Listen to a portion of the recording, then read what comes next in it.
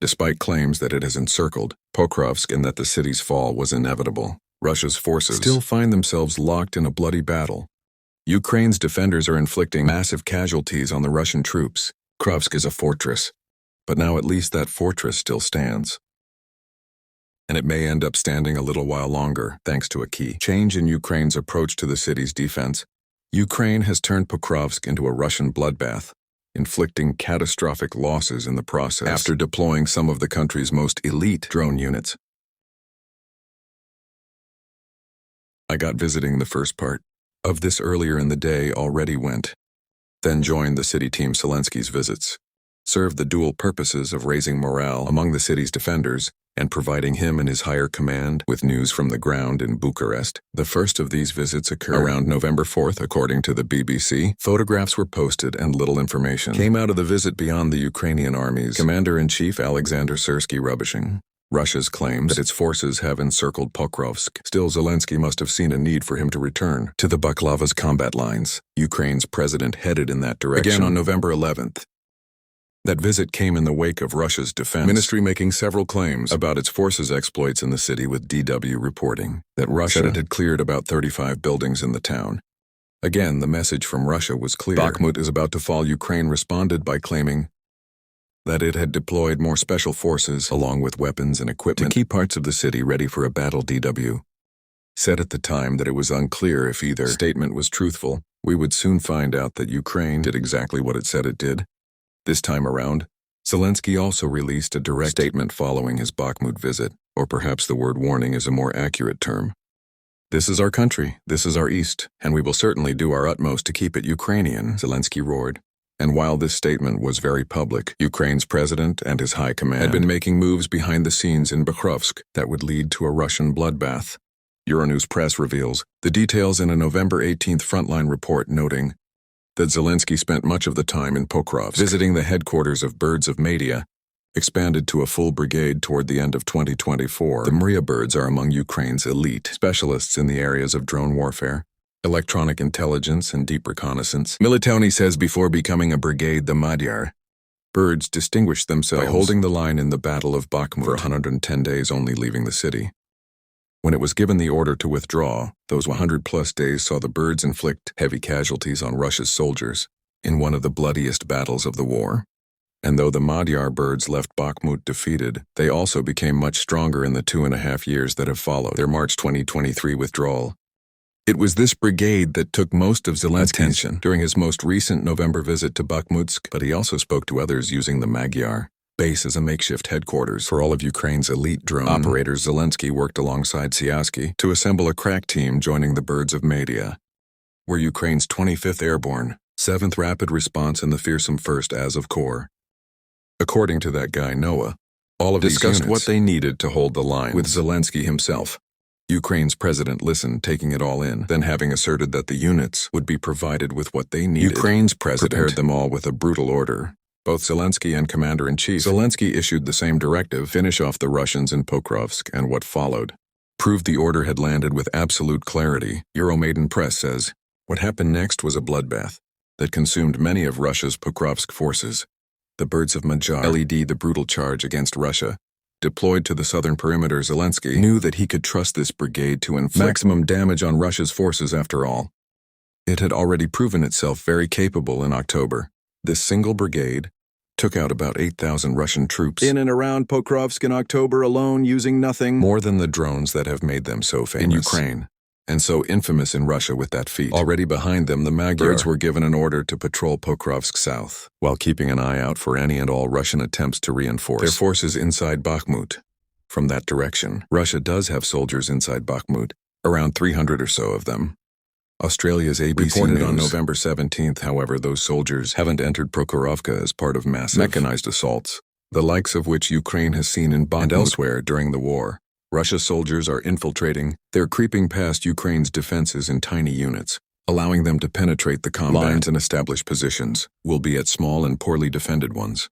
Inside Pokrovsk itself, Euronews Press says that footage captured from inside Bakhmut show that these infiltrators now often move alone, using the city's urban terrain to hide away from Ukraine's hunters. There is a logic to this type of move. A soldier operating alone could be seen as less of a threat. With several working together in a group, Russia hopes that its solitary soldiers will be able to infiltrate deeper into Bakhmut even if Ukraine spots them, because Ukraine may not want to waste a drone on a single soldier when there are bigger fish to fry. The Madyar Birds have been sent into the south of Pokrovsk to shatter these Russian illusions, and they are following their orders to the letter. Every Russian soldier must be eliminated. As Euronews Press says, the Madyar Birds are now tracking and destroying individual soldiers, deploying as many drones as necessary to get the job done. It doesn't matter if that soldier finds a bunker or some other sort of hiding place. Once they're discovered, the Madyar drones keep coming over and over again until that Russian soldier is eliminated. On November 11th, Censor.net reported on this new approach to taking Russia's Pokrovsk infiltrators using an example that perfectly illustrates what the Madyar Birds are now doing. It published an 87-second video, parts of which cannot be shared on this channel, that shows precisely what the Madyar Birds are doing. The video starts with footage of a single Russian soldier marching through woodland near Pokrovsk, presumably being observed by a Ukrainian drone. That soldier finds what appears to be the ruined remains of previously destroyed Russian equipment, the perfect place to hide, the soldier thinks. Little did he know that the Madyar Birds already had him in their sights. What is the next, One of those drones finds the soldier at 00. We can't show you the aftermath. What we can confidently tell you is that the Madyar strike was successful and another Russian soldier was eliminated.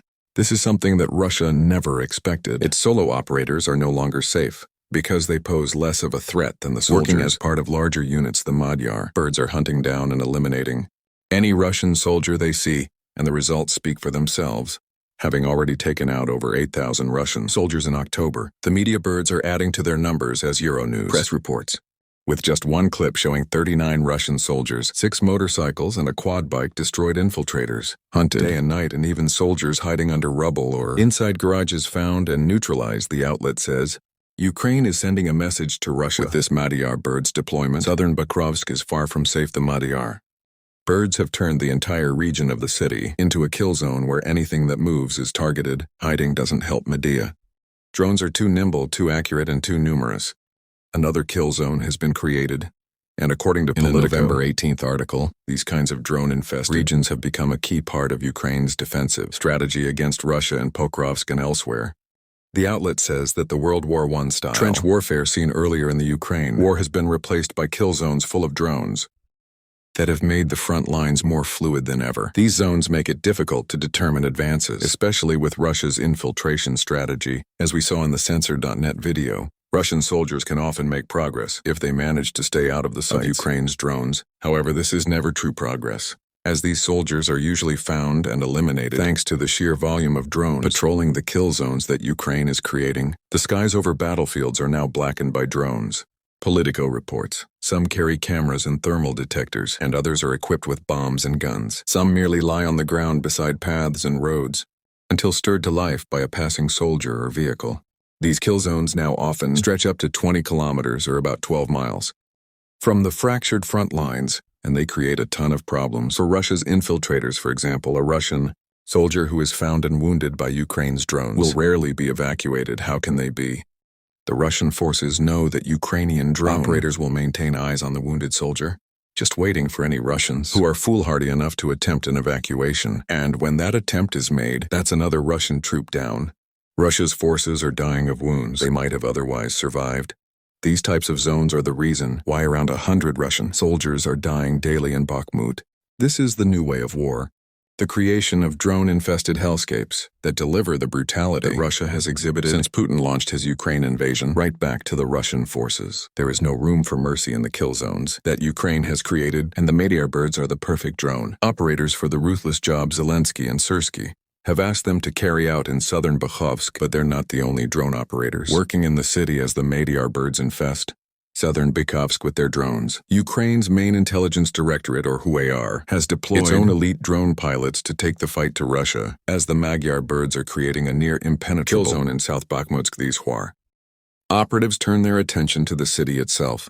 HR is looking for isolated groups of Russian soldiers who have already made it into Pokrovsk, and the balance of battle has been altered ever since HR took to the field. Euronews Press reports we know for certain that the often secretive HR is operating in Pokrovsk. On November 1st, United 24 Media reported that Siersky had confirmed the entry of this elite special operations unit, and its drone pilot Siersky said that HUR's airborne forces were active and that a complex operation is underway to eliminate and push out Russian forces from the city. Euronews Press has a few details about what that complex operation may be, and it seems that HUR has been tasked with a similar seek and destroy directive.